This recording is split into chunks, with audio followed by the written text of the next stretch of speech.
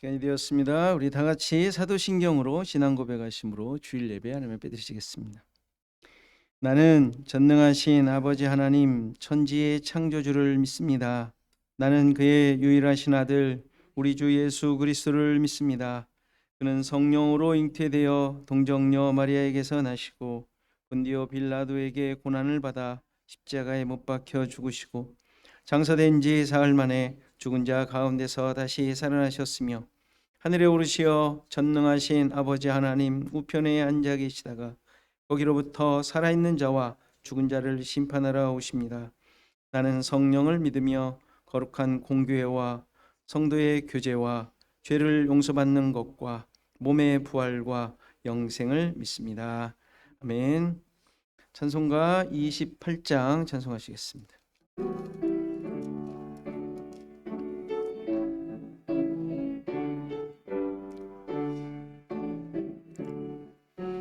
복의 근원 강림하사 찬송하게 하소서. 한량 없이 자비하심 증량할 길 없도다. 천사들의 찬송가를 내게 가르치소서. 구속하신 그 사랑을 항상 찬송합니다. 주의 크신 도움받아 이때까지 왔으니 이와 같이 천국에도 이르기를 바라네. 하나님의 품을 떠나 죄에 빠진 우리를 예수 구원하시려고 보혈을 흘려주셨네. 주의 귀한 은혜 받고 일생 빚진 자 되네. 주의 은혜 사슬 되사 나를 주께 매소서. 우리 마음은 연약하여 범죄하기 쉬우니 하나님이 받으시고 전국인을 치소서. 아멘. 249장입니다. 찬송하시겠습니다.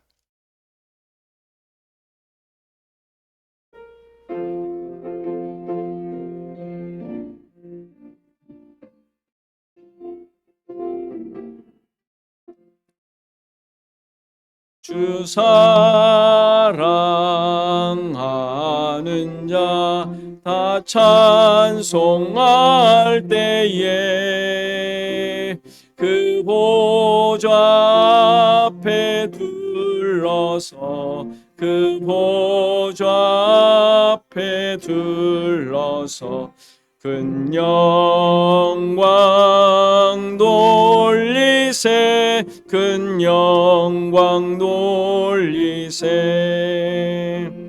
저 밝고도 묘한 시온 성 향하여 가세. 내 주의 찬란한 성에 찬송하며 올라가세.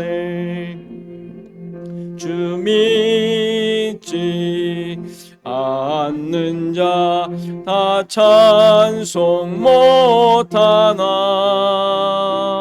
하나님 자녀 된 자들 하나님 자녀 된 자들 그 기쁨 전하세 그 기쁨 전하세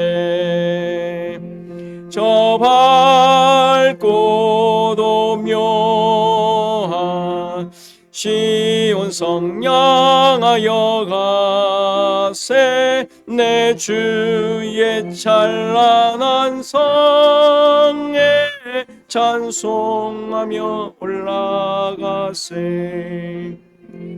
저 하늘 황금길 나 올라갈 때에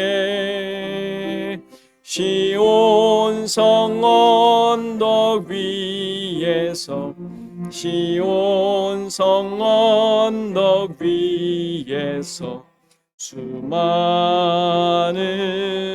천사들 날 인도하리라 저 밝고도 묘한 시온 성 향하여 가세 내 주의 찬란한 성에 찬송하며 올라가세 내 눈물 다 씻고 늘 찬송 부르리 저 임마누엘 주 앞에 저 임마누엘 주 앞에 나 영광 누리리 나 영광 누리리 저 밝고도 묘한 시온 성 향하여 가세 내 주의 찬란한 성에 찬송하며 올라가세 교독문 68번 같이 교독하겠습니다. 이사야 40장 첫 번째 교독합니다. 외치는 자의 소리여 이르되 너희는 광야에서 여호와의 길을 예비하라 사막에서 우리 하나님의 대로를 평탄하게 골짜기마다 도두어지며 산마다 언덕마다 낮아지며 고르지 아니한 곳이 평탄하게 되며 평한 곳이 평지가 될 것이다. 여호와의 영광이 나타나고 모든 육체가 그것을 함께 보리라. 이는 여호와의 입이 말씀하셨느니라. 말하는 자의 소리여 이르되 외치라. 대답하되 내가 무엇이라 외치리이까 하니 이르되 모든 육체는 풀이요 그 모든 아름다움은 들의 꽃과 같으니 풀은 마르고 꽃이 시들문 여호와의 기운이 그 위에 불미라. 이 백성은 실로 풀이로다. 풀은 마르고 꽃은 시드나 우리 하나님의 말씀은 영원히 서리라 하라. 아멘. 우리 시간 함께 교회를 위해서 예배를 위해서 우리 성도와 교회 나라를 위해서 이 시간 다 같이 기도하는 시간 같습니다. 기도하시겠습니다. 하나님 감사합니다. 오늘도 우리를 붙잡으시고 인도하시고 주님을 향하고 주님 앞에 나아오며 주님을 높일 수 있는 예배할 수 있는 귀한 시간 허락하시며 감사드립니다. 우리의 모든 삶을 드려 이렇게 주님만을 예배하며 주님만을 높이는 우리의 삶이 되게 하옵소서. 순간순간 세상의 수많은 것들로 우리 빼앗기고 그것을 쫓는 어리석음이 있지만 상황에서도 우리를 깨우쳐 주시고 나됨의 근거를 깨닫게 하시고 하나님의 살아계심을 고백하고 나의 삶 속에 오직 주님만이 주인 되셔서 이 땅에 정말 참된 하나님의 백성으로 살아가는 되게 하옵소서. 오늘도 우리를 붙잡으시사 하게 하여 주시사 한 마음이 되고 이제들 주원약 교회로 주님 앞에 예배 드리오니 주님 받아주시고 함께해 주시고 이 시간도 주님 살아 역사하셔서 말씀해 주시고 우리 자신들을 깨닫게 하시고 주님 앞에 어떤 존재인지 분명히 깨닫는 원하시는 대로 인도하옵소서.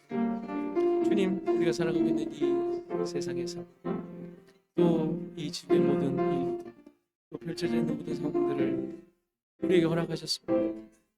바르게 보게 하시고 바르게 판단하게 하시고, 그래서 주어진 일, 주님의 백성으로서 하나님의 말씀을 소유한 자로서, 주님을 믿고 따르는 자로서 바른 길을 갈 수 있도록 도와주시고, 그 상황 속에 진정한 하나님의 백성으로서의 모습을 드러낼 수 있는 우리 모두가 되게 하옵소서. 하나님, 이 나라의 민족 붙잡아 주시고, 주님, 그들이 정말 이 민족이, 이 백성들이 하나님 주님을 두려워하게 하시고 주님을 깨닫게 하시고 이런 데를 붙잡아 주셔서 그들의 힘쓰며 쓰는 모든 것들도 하나님 뜻이 이루어지고 있습니다. 보고 깨달을 수 있는 놀라운 역사 이 나라에 허락되게 하옵소서.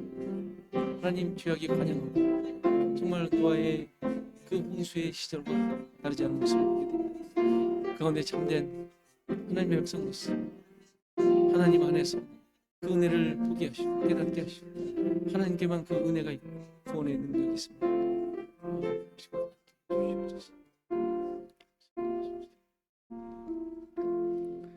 하나님, 감사합니다. 오늘도 우리를 인도하시사 시애틀 주언약 교회로 모이게 하시고 하나님을 예배하게 하신 것 감사드립니다.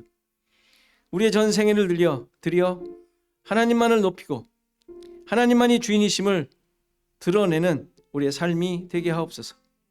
우리에게 펼쳐져 있는 수많은 상황들, 내가 힘쓰며 애쓰는 그 삶의 현장들, 그 모든 상황들 속에 참된 하나님의 백성으로서의 삶을 살아가게 하시고, 그 증인의 사명, 하나님의 백성으로서의 그 사명을 잘 이뤄갈 수 있는 우리 모두가 되게 하옵소서. 힘 주시고 믿음 주셔서 이 사실을 잊지 않고 정말로 하나님 되신만, 나의 주인 되신만 드러내는 삶으로 이끌어 주옵소서. 감사하고 예수 그리스도의 이름으로 기도하옵나이다. 아멘. 시간 다 일어나셔서 하나님의 말씀 받으시겠습니다. 하나님의 말씀은 창세기 7장 6절에서 16절 말씀입니다. 창세기 7장 6절에서 16절 말씀입니다. 제가 봉독해 드리겠습니다. 홍수가 땅에 있을 때에 노아가 600세라. 노아는 아들들과 아내와 며느리들과 함께 홍수를 피하여 방주에 들어갔고, 정결한 짐승과 부정한 짐승과 새와 땅에 기는 모든 것은 하나님이 노아에게 명하신 대로 암수 둘씩 노아에게 낳아와 방주로 들어갔으며, 7일 후에 홍수가 땅에 덮이니 노아가 600세 되던 해 둘째 달 곧 그달 11의 날이라. 그날에 큰 기품의 샘들이 터지며 하늘의 창문들이 열려 40주야를 비가 땅에 쏟아졌더라. 곧 그날에 노아와 그의 아들 셈, 함, 야벳과 노아의 아내와 세 며느리가 다 방주로 들어갔고, 그들과 모든 들짐승이 그 종류대로, 모든 가축이 그 종류대로, 땅에 기는 모든 것들이 그 종류대로, 모든 새가 그 종류대로, 무릇 생명의 기운이 있는 육체가 둘씩 노아에게 나와 방주로 들어갔으니 들어간 것들은 모든 것의 암수라. 하나님이 그에게 명하신 대로 들어가매 여호와께서 그를 들여보내고 문을 닫으시니라. 아멘. 다 앉으시겠습니다. 찬송가 302장 찬송하시면서 헌금 봉헌하십니다.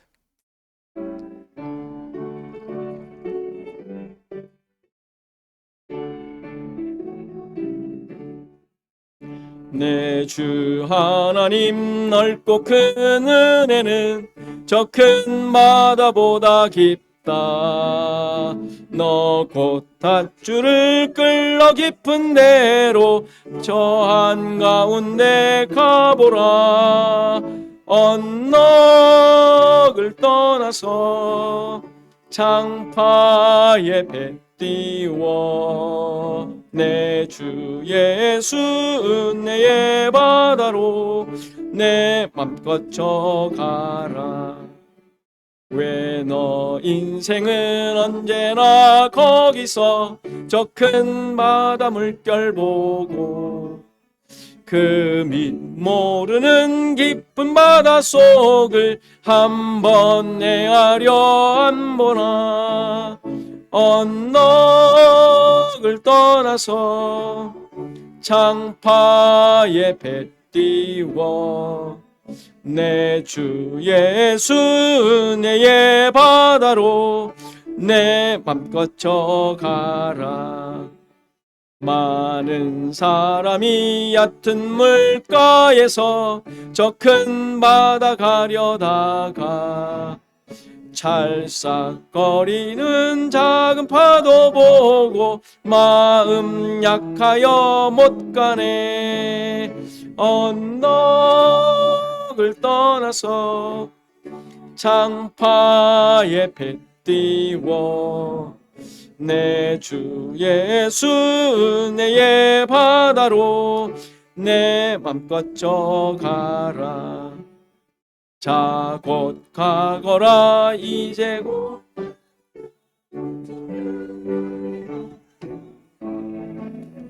자 곧 내노를 저 깊은 데로 가라. 망망한 바다로 언덕을 떠나서 창파에 배 띄워 내 주 예수 은혜의 바다로 내 맘껏 져가라. 아멘. 이렇게 소식 나눕니다. 우리 앞뒤 사람과 인사하시죠.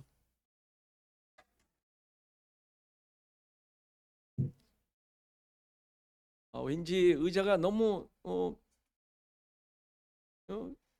제대로 된 것 같지 않습니까? 이제 여러분들이 이렇게 평면적으로 아주 고르게 볼 수 있다는 게 무슨 행사가 있었는지 아무튼 이렇게 또 바꿨습니다. 이대로 그냥 놔뒀으면 좋겠어요. 조금만 여기 가운데를 좁히면 좋을 것 같은데, 그죠? 네, 반갑습니다. 자, 한국 가셨던 분들이 다 오셨어요. 우리 양 집사님 잘 오셨고, 아마 최영숙 집사님은 컨디션이 안 좋다고 연락이 왔는데 뭐 많이 지금 잠을 못 주무신다고. 네, 시세 때문에. 또 거기다가 또 오늘 썸머 타임이 또 시작되는 바람에 또 1시간 또 혹시 못 오신 분들 썸머 타임 때문에 오셨으면 일찍 오셔야 되는데. 자, 성경 읽기 욥기 계속 읽고 계시죠? 여러분들 힘드시지만 이렇게 제가 조금 이렇게 설명해 놓은 걸 같이 읽으셔야 그래도 조금 이해를 하실 수 있어요. 물론 그것이 정답은 또 아니고 그렇게만 이해를 해야 된다는 건 아니지만 그래도 지금 쭉 읽어 가시는데 도움을 얻을 수 있으니까 시간이 좀 더 내셔서 이렇게 같이 읽어 주시면 좋을 것 같습니다. 우리 김한철 장로님, 김학 권사님에서 계속 기대해 주시고요. 우리 또 윤희 엄마가 또 갔습니다. 또 윤희가 혼자 아버지 오실 때까지 입학할 때까지 못 오신다고 하는 것 같은데. 참, 지금 합격 소식이 이제 옵니다. 유덥은 이제 합격을 했고 제가 듣자 하니 하버드도 넣었다고 하니까 예일도 넣고 거기 붙으면 유덥은 이제 찬밥 신세가 되는 거죠. 이제 또 저기 남가주 쪽에도 또 넣고 아무튼 많은 분들이 선호하는 곳을 또 이렇게 넣었더라고요. 이렇게 몇 군데 보니까 아무튼 되면은 다행이고 법을 이제 전공한다고 하니까 아무튼 기도해 주시고 화이팅. 자, 그리고 우리 태국에 우리가 후원하던 우리 선교사님 이렇게 보내주셨어요. 여러분들 선교편지 읽으시고 기억하시면서 기도해 주시면 좋겠습니다. 뭐 여기 뭐 계속 지금 열심히 하고 계시고 또 좀 많이 이제 상황이 조금 호전되어서 많이들 나오는 것 같습니다. 여러분들 기도해 주십시오. 자, 우리 기도하고 하나님 말씀 보시겠습니다. 하나님 감사합니다. 우리의 모든 삶 속에 역사하셔서 주님의 일하심과 인도하심만이 우리의 삶 속에 증거되어지고 또 그것이 우리의 삶의 참된 기쁨임을 고백하는 우리 모두가 되게 하옵소서. 어느 것 하나 하나님의 인도하심 속에 빠지는 것이 없음을 믿습니다. 우리의 모든 것 주님의 것이고 주님의 뜻이 성취되는 것임을 늘 기억하게 하시고 고백하게 하옵소서. 나의 나됨이, 또 내가 힘쓰고 애쓰는 것들, 또 나에게 펼쳐지고 이루어진 모든 것들, 앞으로 또 되어질 모든 것들, 하나님의 살아계심의 증거드림을 잊지 않게 하시고 그 상황 속에서 늘 말씀을 깨닫고 말씀을 쫓는 우리 모두가 되게 하옵소서. 그래서 우리가 어디에 있든지 무엇을 하든지 살아계신 하나님의 능력이 드러나는 삶이 되게 하옵소서.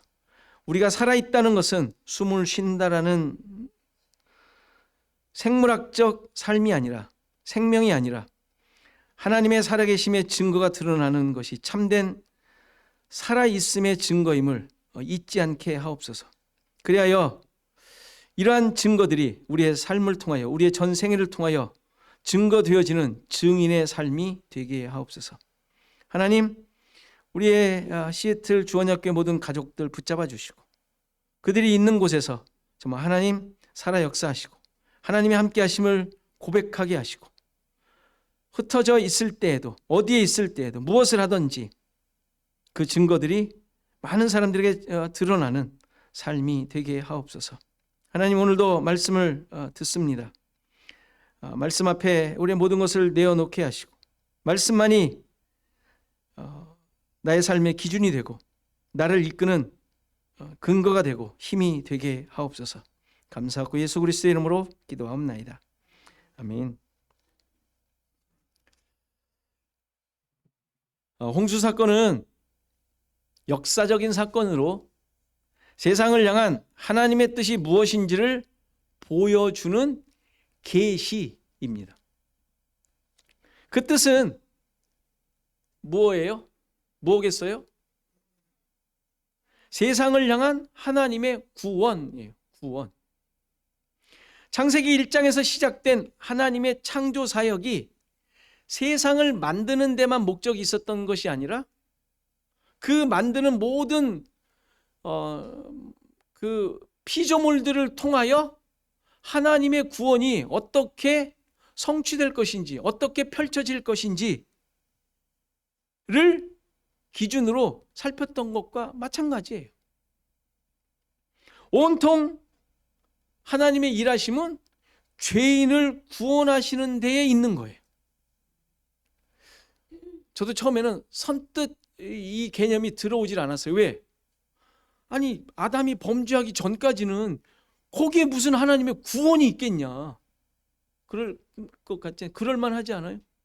구원의 내용이 있으면 안 되잖아요. 무슨 얘기인지 아시죠? 아니, 제가 들은 얘기예요. 제가 그렇게 막 얘기했더니 한국에 있는 그 신학교 나오고 저와 똑같은 과정을 겪었던 제 동생의 남편이 그러는 거예요. 이 범죄하기 전에 왜 그런 내용이 여기 있겠냐라는 얘기죠. 그러나 그렇지가 않아요. 하나님 이거 언제 주셨어요? 아니, 지금 이 창세기를 언제 주셨어요? 광야에서 모세가 썼잖아요. 그럼 그들이 깨달을 수 있는 게, 깨닫도록 해야 되는 게 뭐겠냐고요. 너희들이 누구냐라는 걸 깨달아야 될 거 아니에요. 하나님이 어떻게 이 세상을 만드셔서 너희들을 향하여 어떻게 일해 오셨는지를 깨닫도록 해야 될 거 아니에요. 아, 창조는 아니야. 그건 그냥 만드셨는데 니들이 엉망 만들었어. 이런 게 아니잖아요. 그게 아니었단 말이에요. 단어에 제 능력이 부족하여 단어 하나하나를 다 살피지 못했지만 그 살핀 몇 개의 단어 속에서 숨어 있었지 않습니까?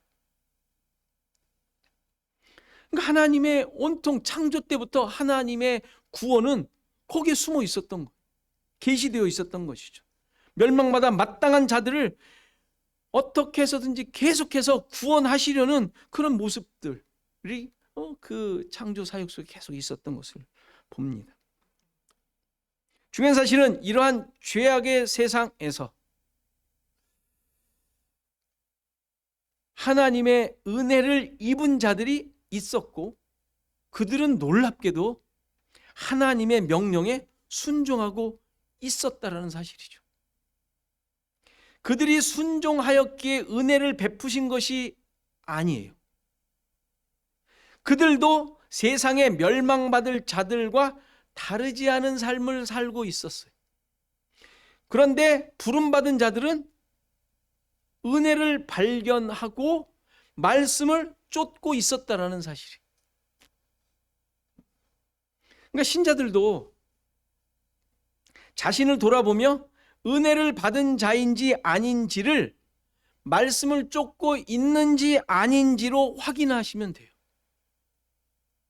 하나님의 은혜를 받은 자, 그의 눈에서 은혜를 발견한 자는 방주를 지어요. 방주를 지었잖아요. 말씀을 듣고 자기가 순종해야 될 것으로 깨닫고 방주를 지어요. 뭔지도 모르는데, 이해가 안 되는데, 아니 이해가 안 됐다는 말도 없어요. 자기의 판단과 기준으로 해석하지도 않고 하더라는 거죠. 은혜를 발견한 자는. 우린 너무 머리가 좋아. 그렇죠? 하나님의 말씀에 대해 너무 똑똑하게 이해를 하고 하려고 해요. 너무 똑똑한 게 문제야. 이렇게 은혜를 받은 자, 하나님의 눈에서 은혜를 발견한 자, 하나님이 세상을 보실 때 저놈들 하면서 하셨겠냐고요. 구원하시려는 것밖에 없다니까요. 그러니까 그 눈을 보고 은혜를 발견하는 거예요. 나를 향한. 여러분들이 발견하셔야 되는 것 아니겠어요? 그러니까 여러분들 한번 보세요. 자신을 보세요. 정말 하나님의 눈에서, 하나님의 눈이라고 자꾸 눈을 찾으시면 안 되겠죠. 말씀 속에서 은혜를 찾고 있는가? 근데 아닌 것 같아요. 아무리 봐도 내 꼴을 보니까. 그럼 어떻게 하면 될까요? 은혜를 받으려고 뭔가를 또 해야 할까요? 그럴 순 없죠. 그러한 노력과 능력으로 은혜를 얻는 것이 아니기 때문이죠. 열심히 교회를 다닌다고 되는 것 아니겠지요? 그렇죠? 교회를 다닌다 그럴 때 이거 우리가 늘 쓰는 말이지만 약간 바꾸실 필요가 있어요. 예배당 다닌다 이렇게 말씀하셔야 돼요. 그렇죠? 예배당 다니는 거지 교회를 다니는 게 아니잖아요. 예배당을 열심히 다녀서 거기에서 이루어지는 그 예배라고 하는 그 모습을 열심히 한다고 은혜가 주어질까요? 인간이 열심을 해낸다고 되는 것이라면 은혜가 아니겠죠. 정결한 짐승 암수 7과 부정한 암수 둘을 방주에 태우도록 하셨죠. 정결한 암수 7은 약속이 완전하게 성취된 정결한 자를 의미하고, 부정한 암수 둘은 변질되어 하나님의 약속을 떠나 하나님을 대적하는 자를 의미한다고 했습니다. 그런데 이들이 다 방주에 올라가네요. 방주에 타게 되네요. 그렇죠? 무엇을 알려주는 것이라고 그랬어요? 하나님의 구원은 바로 약속을 성취하신 예수 그리스도에 의해 죄인들이 구원을 받게 된다는 사실을 보여주고 있는 거예요. 그것을 지금 노아의 가족을 통하여 보여주고 있는 것이고 7 짐승과 2 짐승으로 설명하고 있는 거예요. 이 비유는 홍수 후에 정결한 짐승들로 제물을 취하여 제사를 드리는 것에서 의미를 분명하게 확인하게 되죠. 그렇죠?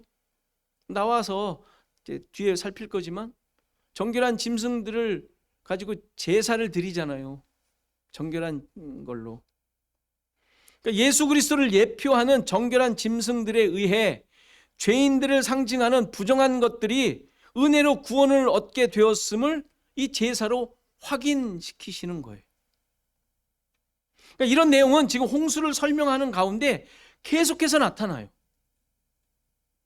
오늘 본문에서도 하나님께서 명하신 대로 노아의 가족들과 짐승들이 다 들어갔는데 10절을 보면 7일 후에 홍수가 땅에 덮였다라고 합니다.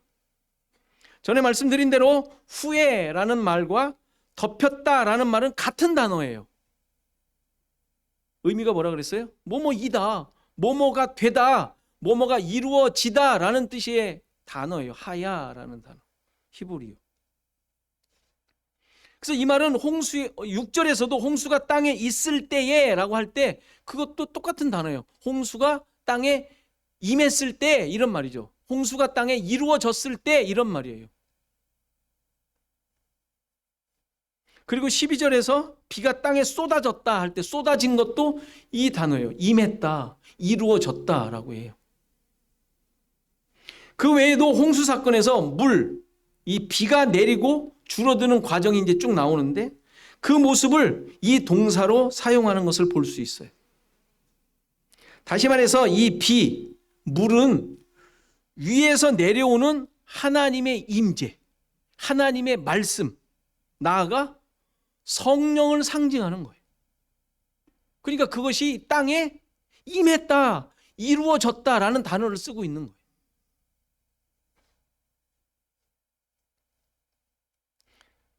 선지서를 보면 선지자들에게 하나님의 말씀이 임했다라는 말이 선지서에 자주 나와요. 임했다가 어떤 걸 쓰겠어요? 이 단어를 써요. 똑같이. 여러분들 뭐 히브리어 성경을 볼 수는 없지만 영어 성경을 봐도 나와 있어요.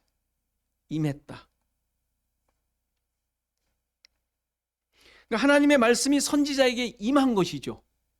그렇죠. 근데 그 임한 것은 하나님의 뜻, 하나님이 주시려고 하는 그 말씀의 의미, 그 계획, 그것이 계시가 선지자를 통하여 땅에 임하게 된 거죠. 물론 이제 전할 그 대상들에게 이제 임하게 되는 거죠. 따라서 임하다라는 말은 단순히 그냥 말씀이 전달되었다라는 의미를 넘어서 그 말씀이 의도한 대로, 계획하신 대로, 뜻하신 대로 이루어졌다는 것을 선포하는 거예요. 그러니까 홍수, 그 비를 통하여 하나님께서 계획하신 것, 계시하신 것, 의도하신 것이 이루어졌음을 말씀하시는 거예요. 그 내용이 바로 11절에 설명하고 있죠. 먼저 성취된 때를 설명하죠. 노아가 600세 되던 해, 둘째 달, 곧 그달 17일이라고 합니다. 여기서 노아의 나이가 600세라는 사실이 특별한 의미를 줘요. 노아는 지금 인류의 대표자로 나오죠. 네피림의 세상에서 하나님의 은혜를 입은 자로서 구원받은 죄인을 대표하는 인물이죠. 이 내용이 노아의 나이 600세가 의미하는 내용입니다. 숫자에 대한 해석은 제가 웬만하면 안 하려고 하는데 그냥 600세라는 것을 또 그렇게 해석해 놓은 것이 있어서 제가 설명을 해드리겠습니다. 600은 6과 100으로 이루어졌죠. 그렇죠? 6은 흔히 우리가 사탄의 수라고 하죠. 근데 뭐 사탄의 수는 아니고 뭐 계시록에서 666 무슨 뭐 영화를 보면서 뭐 오멘 뭐 이런 걸 봤기 때문에 사탄의 수라고 우리가 흔히 얘기를 하는데 사탄의 수라기보다는 인간의 수라고 하는 게 낫습니다. 율법을 의미하죠. 이것은 깨어지고 부서져야 할 인간의 죄성을 의미하는 숫자예요. 그러니까 하나님의 말씀으로 예수 그리스도로 말미암아 구원받아야 할 존재로서 인간의 수 6을 의미합니다. 100은 당연히 10의 10 곱하기 10이니까 10을 의미하죠. 10의 의미예요. 14만 4천 명의 성도가 나올 때 14만 4천이 어떻게 나왔어요? 12 곱하기 12 그러면 얼마예요? 144. 14만 4천이니까 곱하기 1000. 1000은 어떻게 나오겠어요? 1000은 1000 자체로도 완전한 수지만 10 곱하기 10이 기본이 된 숫자죠. 그러니까 뭐 이렇게 이해를 해요. 12 곱하기 12는 12지파와 12제자를 의미하죠. 그러니까 하나님의 백성을 의미하는 숫자예요. 14만 4천 명이라는 것은 어느 이단에서 딱 그 숫자를 얘기하는 것이 아니라 12,000명씩 무슨 12지파 뭐 어쩌고 저쩌고 하잖아요. 그런 게 여러분들 현혹되실 분은 없죠. 그게 아니라 그냥 성경에 나오는 하나님의 백성들을 예표하고 있는 거예요. 의미하고 있는 숫자예요. 따라서 이 10은 완전함, 충만함을 의미하는 숫자예요. 10이 사용된 예는 성경에 뭐가 있을까요? 여러분들 잘 아는 대로 열재앙, 10계명, 또 뭐가 있죠? 뭐 그 정도면 되겠어요? 여러분들 잘 아는 대로. 열재앙은 애굽에 내린 재앙인데 하나님의 완전하신 심판을 의미하죠. 한 5개만 해도 되잖아요. 왕창 망하는 거 뭐 5개만 해도 되지 않겠어요? 뭐 6개면 안 되겠어요? 7개면 안 되겠어요? 근데 굳이 10이죠. 하나님의 완전한 심판을 의미하는 거예요. 10계명은 10개의 계명이라는 뜻이 아니라 10, 열 곧 말씀이라는 뜻이에요. 그래서 10계명의 의미는 완전하신 하나님의 말씀을 의미하죠. 그러니까 완전하신 하나님의 말씀이니까 그건 뭐예요? 예수 그리스도를 상징하는 거예요. 예수 그리스도. 율법을 대표하는 거잖아요. 율법은 예수 그리스도잖아요. 성취된 말씀이니까. 그러니까 10은 성경에서 하나님의 일하심에 대해 완전하심과 충만하심을 설명하고 있는 것으로 이해할 수 있습니다. 따라서 노아의 나이가 600세라는 것은 죄인인 인간을 향하여 구원하시는 하나님의 완전하신 일하심을 노아를 통하여 이루시겠다라는 것을 보여주는 것이 노아 600세가 의미하는 바예요. 그리고 하나님께서 이렇게 일하신 내용이 10절 후반부에 홍수가 어떻게 일어났는지를 묘사하는 과정에서 또 이제 명확하게 이제 또 그려주고 있죠. 후반절을 보면 그날에 큰 기품의 샘들이 터지며 하늘의 창문들이 열려 40주야 비가 땅에 쏟아졌다고 합니다. 여기서 날들은 전부 심판의 날이에요. 하나님의 날, 하나님의 뜻이 성취되는 날, 이렇게 이해하시면 돼요. 이제 선지서로 가면 그건 이제 뭐 결전의 날, 결판의 날, 종말의 날로 이해를 하죠. 여기서 쏟아졌다는 것은 아까 이루어졌다, 성취되었다라는 의미라고 그랬죠. 그게 무엇인지를 설명하는 게 큰 기품의 샘들이 터지고 하늘의 창문들이 열리는 것으로 설명을 합니다. 여기서 큰 기품이라는 말은, 기품은 시면, 깊은 바다라는 뜻인데 구약에서는 이 단어를 두 사건에 대해 서술할 때 사용하고 있는 것을 보게 되죠. 그 두 사건은 홍해를 건넌 사건과 당연히 오늘 우리가 지금 읽고 있는 홍수 사건에 나오죠. 충분히 예상할 수 있는 용어죠. 출애굽기 15장 5절에서 8절을 보면 깊은 물이 그들을 덮으니, 출애굽기 15장은 홍해를 건너고 나서 이스라엘 백성들이 찬양한 내용 중에 나오는 말이에요. 여기서 깊은 물이 이 깊음이라는 단어예요. 깊은 물이 그들을 덮으니 그들이 돌처럼 깊음 속에 가라앉았도다. 여호와여 주의 오른손이 권능으로 영광을 나타내시나이다. 여호와여 주의 오른손이 원수를 부수시니이다. 주께서 주의 큰 위엄으로 주를 거스르는 자를 엎으시니이다.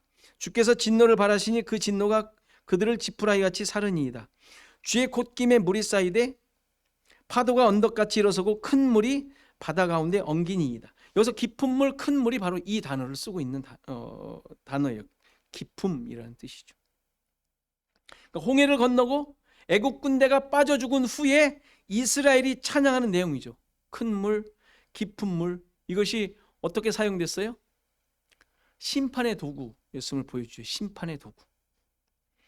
또 나오는데 시편 36편을 보면 5절 6절 여호와여 주의 인자하심이 하늘에 있고 주의 진실하심이 공중에 사무쳤으며 주의 의는 하나님의 산들과 같고 주의 심판은 큰 바다와 같으니이다. 그래서 큰 바다가 그 단어에 똑같은 단어예요.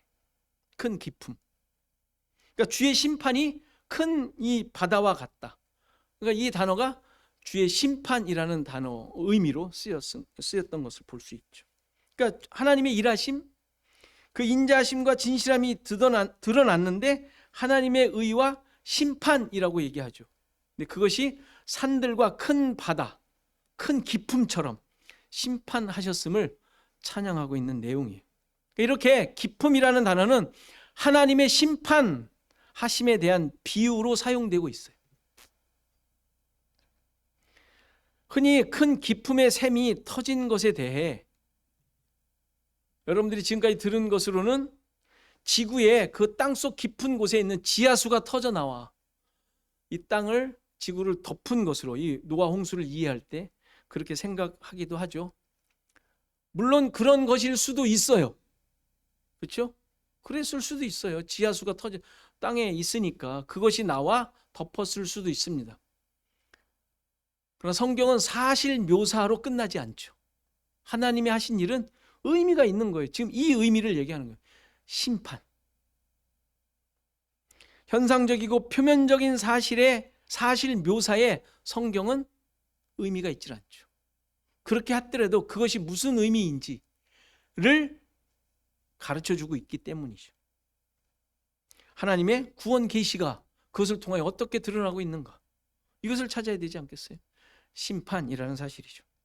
방주의 재료가 그냥 나무가 아니고 역청을 바른 것이 방수를 위한 것이 아닌 것처럼, 다 공부한 내용이에요. 그리고 방주에 탄 짐승들에 대한 설명도 그게 단지 수를 의미하는 게 아니잖아요. 암논 순놈이 탔다, 2명씩 탔대, 2마리씩 탔대가 아니라 그냥 뭐 동화에 나오는, 그림에 나오는 둘씩 손잡고 들어가는 그것을 설명하는 것이 아니라 그들이 어떤 자들인지를 설명하고 있는 것처럼, 지하수가 터졌다는 것을 설명할지는 몰라도 그것이 의미하는 바는 하나님의 심판이라는 사실이에요. 하늘의 창문이 열려 비가 내렸다는 문장도 지구의 대기권 위에 있던 물층이 쏟아진 것으로 이해를 해요. 그렇죠? 그렇게 들어보신 적 있죠? 저도 거기에 많이 이제 따라다니며 세미나도 듣고 이해를 했었어요. 1장에 보면 궁창 아래의 물과 궁창 위의 물로 나누셨는데 그 궁창 위의 물이 내려온 것이다, 이렇게 이야기를 합니다. 물론 그 물이 쏟아진 것으로 이해할 수도 있어요. 그랬을지도 모르죠. 모르죠. 뭐 우리 그때 있지 않았었으니까. 그러나 궁창 아랫물과 윗물의 의미가 그런 물리적인 물이 아니었던 것처럼 하늘의 창문이 열려 비가 내린 것은 대기권 밖에 있는 물층이 쏟아진 것으로 설명하는 말이 아니라는 말이에요. 하늘의 창문이 열리다는 문장이 한 군데 더 나오는 곳이 있는데 그것이 말라기 13장 10절의 말씀입니다. 만군의 여호와가 이르노라, 너희의 온전한 11조를 창고에 들여 나의 집에 양식이 있게 하고 그것으로 나를 시험하여 내가 어디? 하늘 문을 열고, 이게 똑같은 말이에요. 여기 문으로 했는데 창문, 우리 창세기는 창문. 문을 열고 너희에게 복을 쌓을 곳이 없도록 붙지 아니하나 보라. 마태복음을 우리가 봤을 때 제가 설명을 했던 11조에 대한 구절이죠. 온전한 11조를 창고에 들여 나의 집에 양식이 있게 하면 하나님께서 하늘 문을 열고 복을 쌓을 곳이 없게 하시겠다는 약속을 하신 내용이에요. 이 말씀에 대해 어떻게 생각하십니까? 여러분들 다 잊어버리셨죠? 그 마태복음 들어가서 보세요. 11조를 드리면 하늘 문을 통해 쌓을 곳이 없도록 복을 주십니까? 웃으시는데 혹시 이런 마음으로 11조를 드리시는 분 계신가요? 당연히 오해하지 않으셔야 돼요. 성경 어디에도 복을 주는데 조건적으로 명령하신 적이 없어요. 그리고 인간은 자신의 열심으로 하나님으로부터 주어지는 것을 받을 수가 없어요. 무슨 짓을 한들 받을 수가 없어요. 너무나 당연한 사실이죠. 따라서 이 구절의 이해도 11조를 드려 복받자는 말씀이 당연히 아니에요. 우선 11조를 창고에 드리라고 하셨는데 여기서 11조라는 단어는 10분의 1, 10번째 또는 10이 되는 것, 10이 되는 것, 의미가 좀 와지죠. 아까 10이라는 단어 설명드렸죠. 10을 이루는 말씀이라는 의미예요. 마태복음 23장에서 살폈지만 이 10번째의 것, 열을 이루는 것, 이 11조는 뭐겠어요? 그러니까 예수 그리스도로 말미암아 완성될 것을 의미하고 있는 거예요. 열이 되는 것, 열은 완전한 거니까 완전을 이루는 것, 이게 11조라고요. 11조로 번역을 한 거예요. 그리고 창고는 지금 한 단어로 우리가 창고 그랬지만 이 창고가 아니고 헛간 이게 아니고 보물이라는 단어와 집, 성전. 항상 하나님의 집은, 하나님이 설명하는 집은 성전을 의미해요.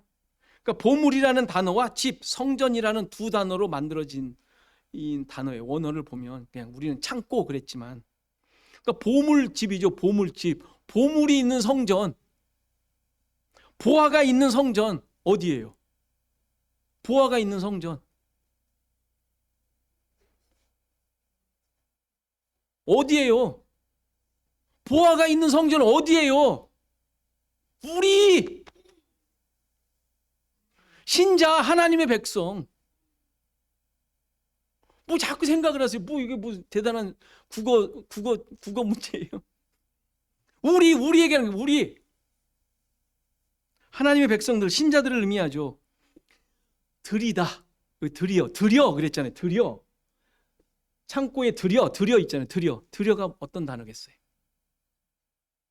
지금까지 우리가 배운 단어예요. 들어가다, 가다, 하나 되다 라는 뜻이에요. 그 단어예요. 방주에 들어가다, 방주와 하나 되다.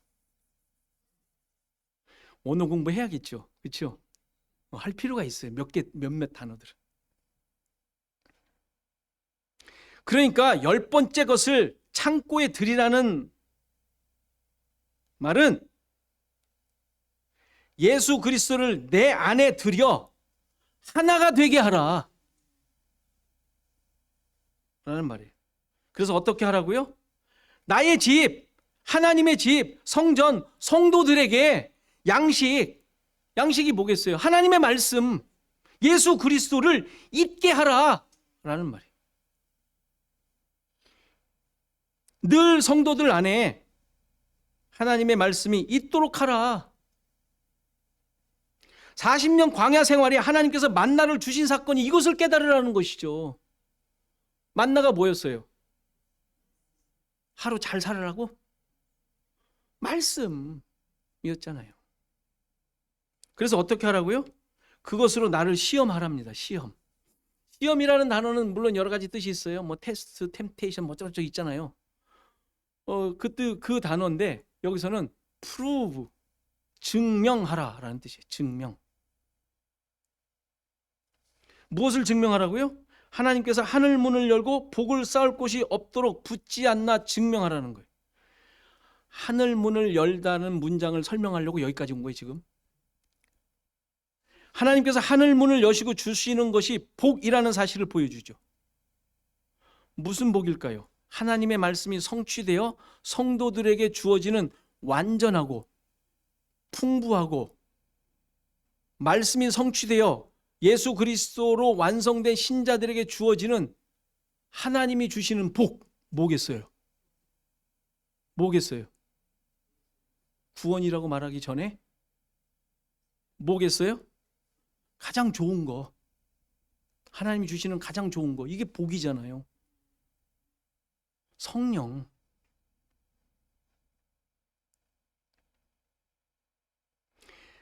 따라서 말라기 3장 10절에서 하늘 문을 여시고 주시겠다는 것은 성령을 주시겠다는 약속의 말씀인 거예요.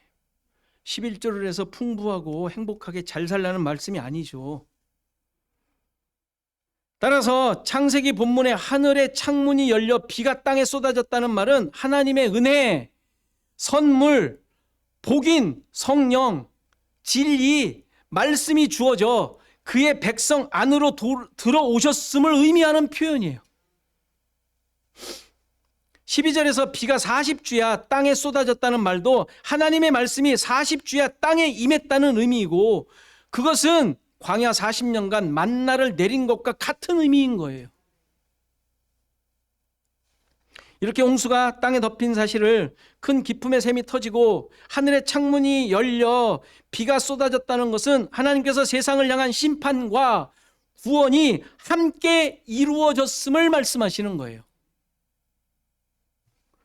이 내용을 시편 29편에서 이렇게 설명하죠. 여호와께서 홍수 때에 좌정하셨음이요. 지금 이 설명하는 거죠. 홍수 때에 좌정하셨대요. 그래서 여호와께서 영원하도록 왕으로 좌정하신답니다. 무슨 의미겠어요? 심판, 왕으로. 왕이 하는 일이 그거니까. 그리고 11절에 여호와께서 자기 백성에게 힘을 주시며, 여호와께서 자기 백성에게 뭘 주세요? 평강의 복을 주시리로다. 구원. 이렇게 하나님께서 홍수 때에 임하셨는데 왕으로, 그리고 자기 백성에게 힘을 주시고 복을 주시기 위해 오셨다라고 찬양하고 있지 않습니까? 왕으로 오셔서 심판하시고 힘을 주시고 평강의 복을 주시는 구원을 위하여 임하셨음을 얘기를 하고 있죠. 자, 이제 나 자신을 돌아봐야 할 것입니다. 노아 600세에 임한 홍수는 지금 우리에게도 임하여 이루어진 사건이죠. 중요한 것은 이 하나님의 내리시는 비, 홍수가 여러분들에게는 어떻게 임하였느냐 하는 말씀이, 남의 얘기가 아니죠.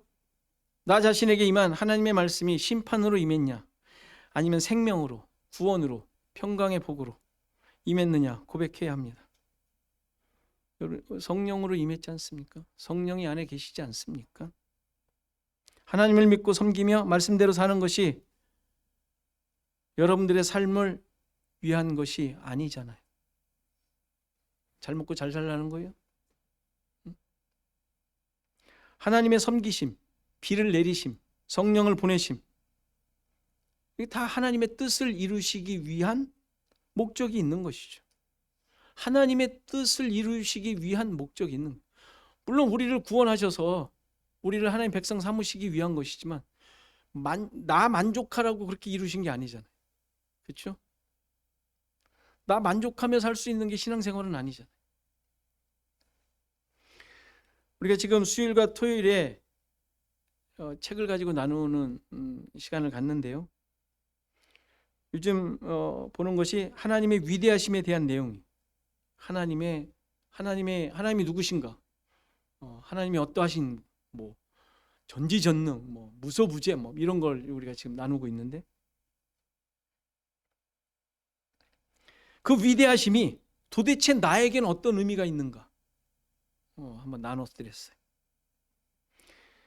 우리가 그런 것을 생각할 때 흔하게 우리가 쉽게 고백할 수 있는 게 뭐예요? 나에게 위로가 되고 힘이 된다는 고백일 것입니다. 그런 분이 나의 하나님이니까, 그 능력 많으신 분이 나의 하나님이니까 얼마나 힘이 되고 위로가 되겠어요? 뭐 이렇게 생각할 수 있죠. 근데 이거는 힘센 아빠가 뒤에 있는 어린아이의 모습일 뿐이에요. 그렇죠? 그렇죠? 그 어린아이가 생각하면 아빠가 뒤에 있으니까 누구든지 뭐 야 까불지 마라 뭐 이럴 수 있지 않습니까?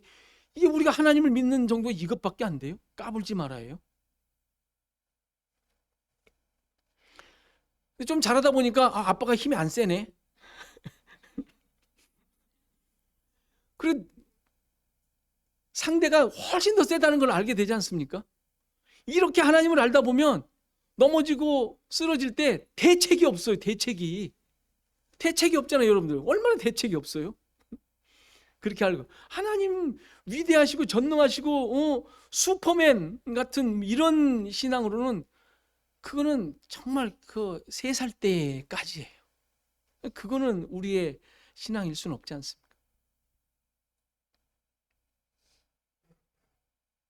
그러니까 나 중심적 신앙에서 벗어나지 못하면 그런 고백밖에 안 되는 것이죠. 우리는 여기서 한 걸음 더 나아가셔야 돼요. 하나님이 위대하심, 전지전능하시고 무소부지하시고 뭐든지 다 이끄시는 그분이 나의 하나님이시라는 고백은 나의 모든 것이 하나님의 손에 달려 있음을 고백하는 거예요. 나에게 일어나는 모든 일이 하나님의 주권하에 일어나는 것임을 고백하는 거예요. 그렇게 되면 어떻게 돼요? 나는 아무것도 아닌 게 되는 거예요. 까불지 마라가 아니라 늘 나는 아무것도 아닌 모습으로 살아가는 거예요. 근데 우리는 너무 까불지 말라가 돼. 야, 지렁이도 꿈틀대 밟으면 하면서 꿈틀거리는 모습을 어떻게든 보여주려고 해요.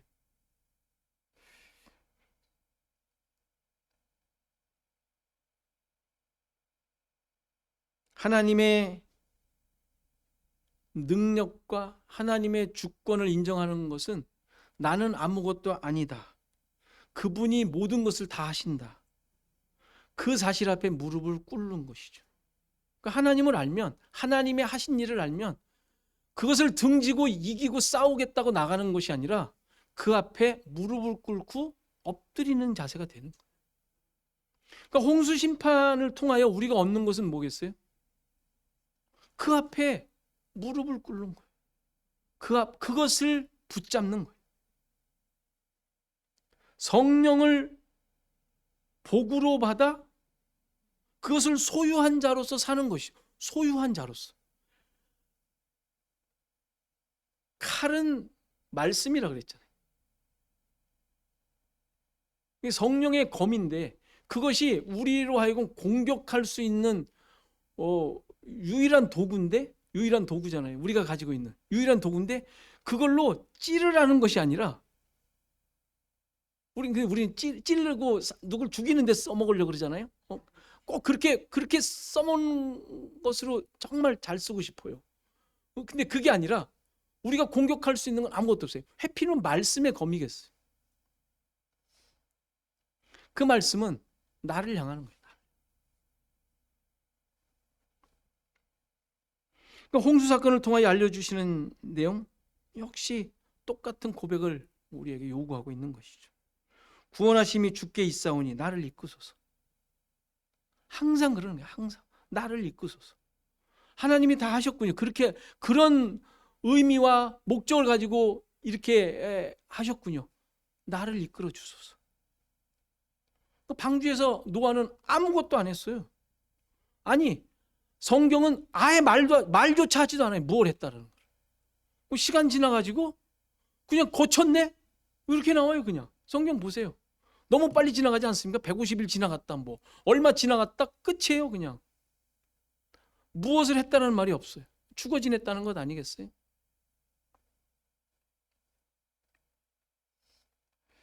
이러한 믿음의 고백은 어떤 상황에서든지 누구에게든지 기쁨과 감사함으로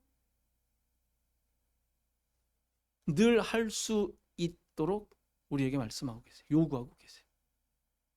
여러분들의 삶에 참된 이러한 고백과 또 기쁨과 찬양이 늘 있어서 우리 시애틀 주안약교회가 이러한 모습으로 세워져 가기를 간절히 바랍니다. 다 같이 일어나셔서 309장 찬송하시겠습니다.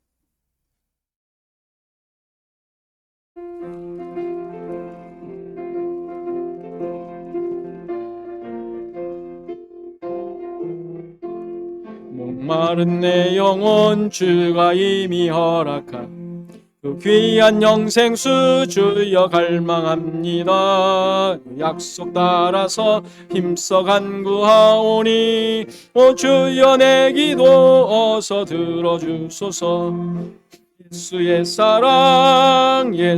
사랑 바다 물결같이 내게 임하니 영광의 물결에 온전히 쌓여서 내 영혼의 기쁨 한량없도다. 주 내게 약속한 큰 비 내려주시려 은혜의 저구름 건너편에 떠올라 그 귀한 징조가 내게 밝히 보이니 내 힘을 다하여 주께 간구합니다. 예수의 사랑 예수의 사랑 바다 물결같이 내게 임하니 영광의 물결에 온전히 쌓여서 내 영혼의 기쁨 말량없도다.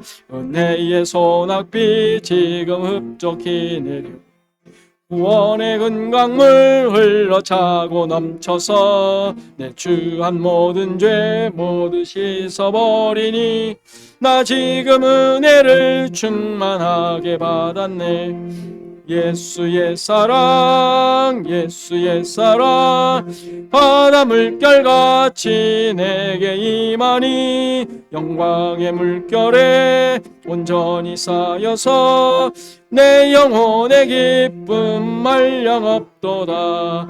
그 차고 넘치는 주의 은혜의 물결 힘차게 밀려와 내게 만족합니다. 오 할렐루야로 주를 찬송하오니 내 맘의 기쁨이 항상 충만함이라.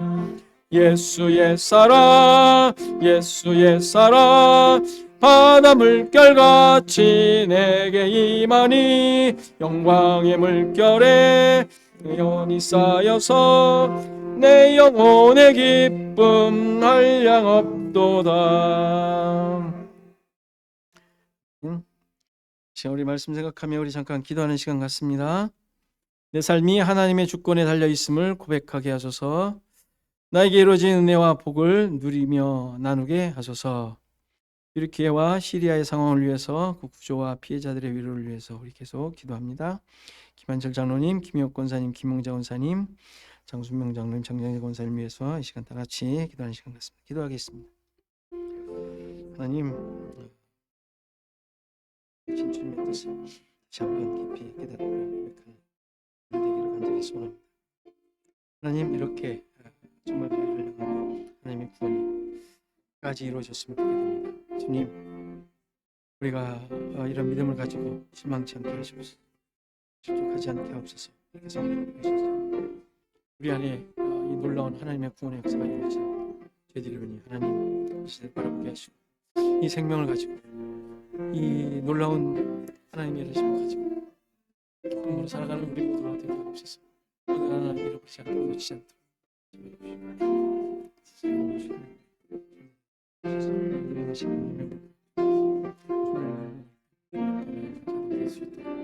붙잡아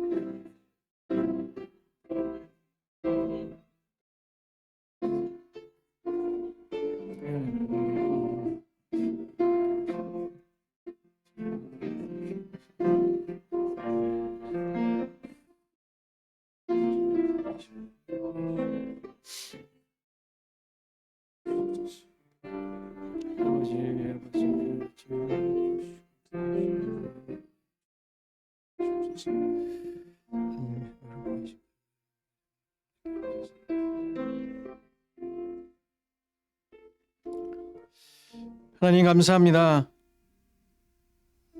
나의 모든 삶을 인도하시고 주님의 뜻하시고 계획하신 대로 이끌으셔서 나의 삶의 전부를 통하여 하나님의 어떠하심과 하나님께서 목적하신 바가 무엇인지를 드러내신다는 사실, 하나님 우리 마음속 깊이 새기게 하시고 늘 고백하게 하시고 나의 모든 애씀과 힘쓰는 것들을 통하여 그것 또한 하나님의 원하심만 드러나는 삶이 되게 하옵소서.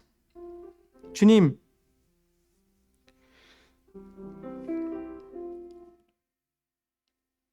나에게 하나님께서 계획하신 대로, 뜻하신 대로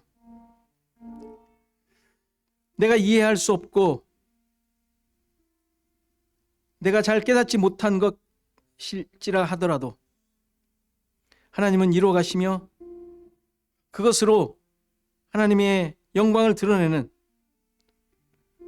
그러한 삶으로 인도하여 가실 줄 믿사오니 하나님 우리는 늘 순종하게 하시고 그 앞에 무릎을 꿇게 하시고 하나님의 뜻을 찾아 깨달아 나의 삶의 중심에 고백하며 새길 수 있는 우리 모두가 되게 하옵소서. 어느 것 하나 주님의 뜻과 인도하심에서 벗어난 것이 없는 줄 믿사오니 하나님 이 사실 늘 우리의 삶 속에 고백하며 나아가게 하시고 나에게 펼쳐져 있는 모든 삶 속에 이러한 흔적들을 깨닫고 드러내며 찬양하는 삶이 되게 하옵소서. 어떤 상황에서든지 기쁨을 잃지 않게 하시고 감사가 넘치게 하옵소서. 주님, 우리의 가족들, 우리의 친척들, 또 우리 아는 모든 사람들을 통하여 하나님께서 계획하신 것 또한 있는 줄 믿사오니 하나님 그들과 함께 이 뜻을 이루어가는데 부족함이 없도록 인도하옵소서.